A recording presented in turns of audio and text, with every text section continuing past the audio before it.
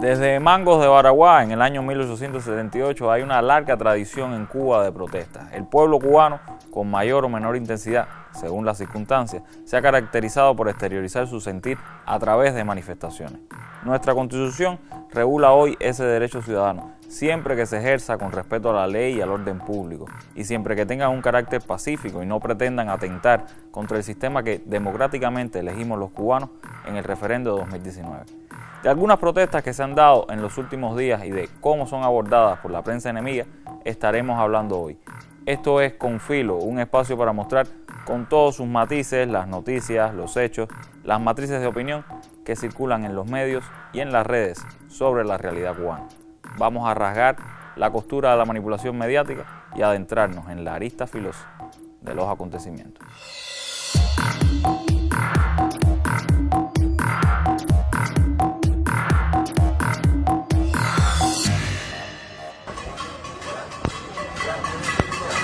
Sí, venga, sí. Mi consolación para la calle también, sí.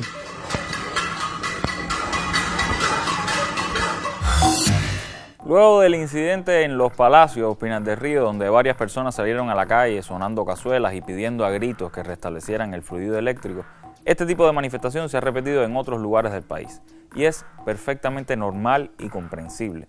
El grado de irritación ante los prolongados apagones puede llevar a personas a este tipo de exabruptos. ¿Cuál debe ser la respuesta de nuestros funcionarios públicos?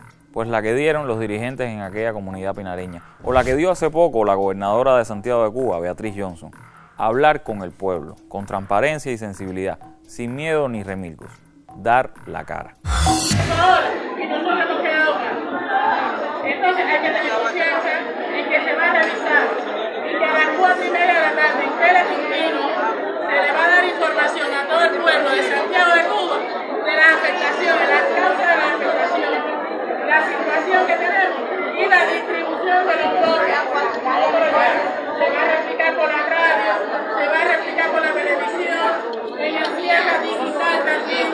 Vamos a dar amplia información a la población, más de la que se ha dado, hacia que la situación que realmente tenemos.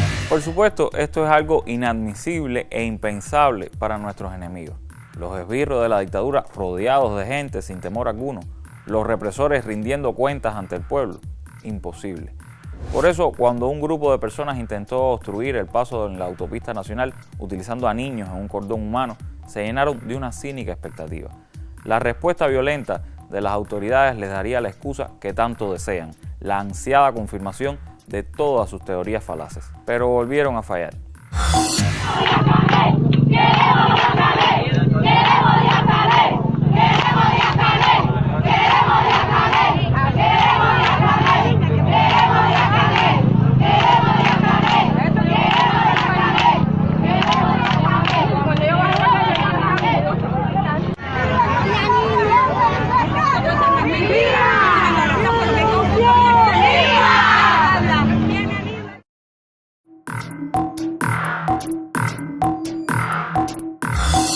Estas imágenes son el mejor ejemplo de cómo nuestra institucionalidad responde ante reclamos legítimos de la población. Cero represión y mucho diálogo. Incluso ante un hecho ilegal como cortar una vía tan importante como la autopista nacional e incluso habiéndose puesto en riesgo uno de los más sagrados tesoros de nuestro país, los niños. No hubo violencia ni sanciones. Las autoridades del territorio se reunieron con esas personas y conversaron. Y sí, quizás pecamos de excesiva benevolencia en ocasiones, pero siempre es mejor eso que la alternativa que nos ofrecen, casi siempre, esas democracias ejemplares.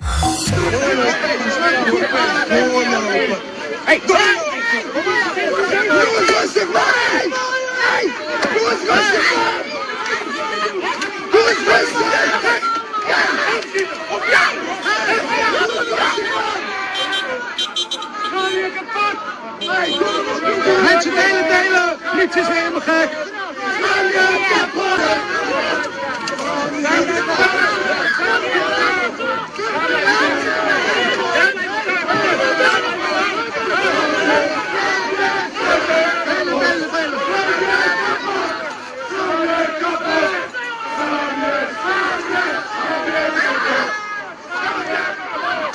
Kijk, dit krijg je van de democratie in Almelo. Ja.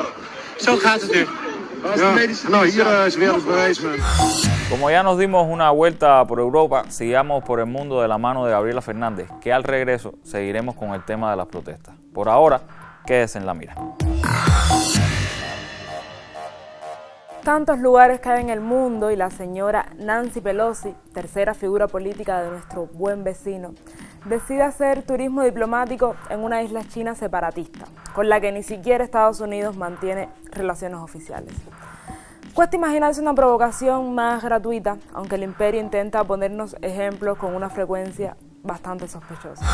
佩洛西众议长如果赴台，将是对中国内政的粗暴干涉，严重损害中国主权和领土完整，肆意践踏一个中国原则，严重威胁台海和平稳定，严重破坏中美关系，导致非常严重的事态和后果。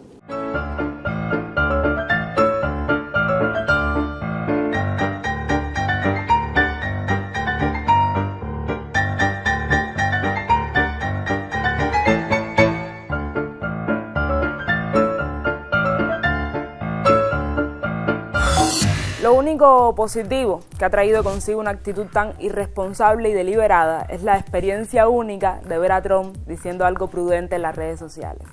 Aunque la pregunta es casi retórica, y sobre todo viniendo de él. Todo presidente gringo y quienes no lo somos, sabíamos de antemano que la Pelosi fue a hacer democracia, como en todas las injerencias, o injerencias, como en todas las democracias. Por supuesto, Cuba dejó clara su posición de apoyo al gigante asiático, porque desestabilizar la paz mundial, la que queda, por una visita de 19 horas, a cualquier persona sensata le parecería una locura. Pero renunciar a la sensatez nunca ha sido un problema para ciertos medios que afirmarían que el cielo es verde si desde aquí se dijera que es azul. Ni la opinión de Papá Trump puede contra el gusto de llevarnos la contraria y, de paso, culpar a China de no querer que Estados Unidos haga lo que le dé la gana en su territorio. Nos vemos en la mira.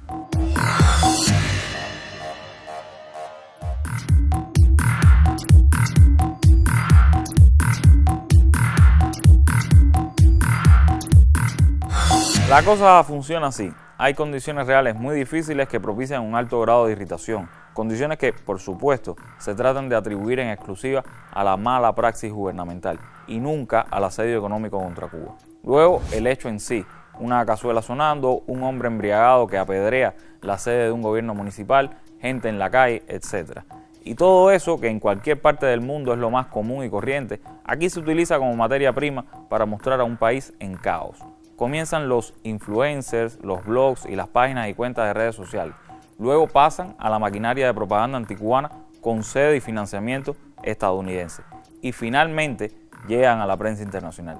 Lo que en otras naciones no llega ni a las páginas de un periódico local, en Cuba se convierte en suceso global. Reiteramos, por supuesto, que no estamos en contra del derecho a la manifestación, siempre que con el ejercicio de ese derecho no se vulneren otros derechos y garantías. Y claro, es difícil razonar cuando se alcanza determinado grado de malestar. Pero no deja de ser cierto que muchas veces nuestros enemigos aprovechan esos chispazos para tratar de mostrar al mundo una nación supuestamente en llamas. Con el análisis del joven sociólogo Luis Emilio Aybar, quien accediera a enviarnos un video en exclusiva para Confilo, vamos cerrando este tema.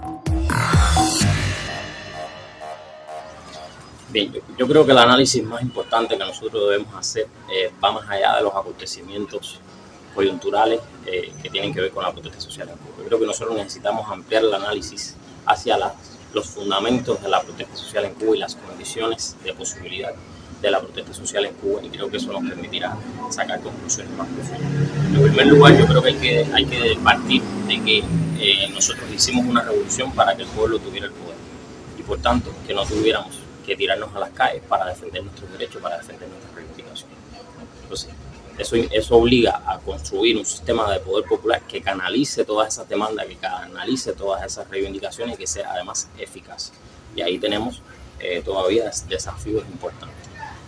Lo segundo es que aún en ese contexto, aún logrando todas esas cosas, siempre la protesta debe quedar como un recurso de última instancia. ¿Qué hacer si todos esos mecanismos fallan? y de todas maneras hay derechos que defender, hay reivindicaciones que encaminar. Entonces, la protesta tiene que ser entonces un recurso de última instancia en manos del pueblo para lograr sus intereses.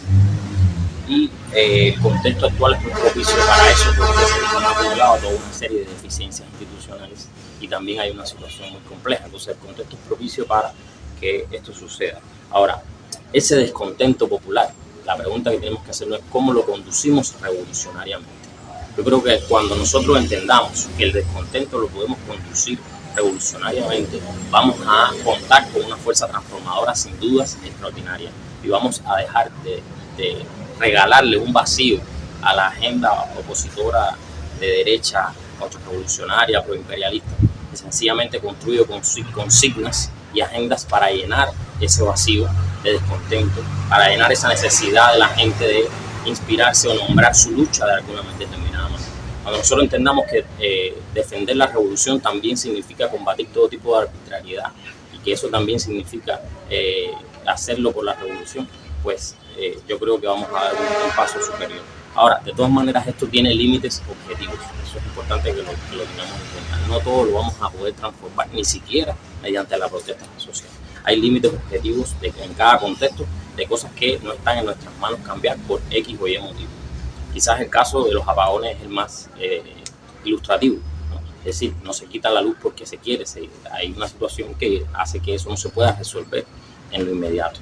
Se puede, en todo caso, repartir mejor esa afectación, repartirla más equitativamente.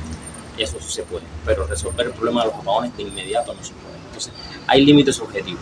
Estos límites muchas veces tienen que ver también con factores externos. Sin embargo, vemos que la gente tiende a responsabilizar al gobierno cubano de toda la situación que vemos. Es responsable total de todo lo que vimos en el gobierno cubano. Y ahí sin dudas hay un retroceso, porque cómo nosotros logramos entonces reactivar esa indignación y esa rebeldía contra los factores externos que también explican nuestra situación de un país como el nuestro, que está de frente a todos los procesos de injusticia que hay a nivel global y a todos los procesos imperialistas, ¿no? Entonces ahí tenemos mucho que recuperar la maestría de Fidel en ese sentido.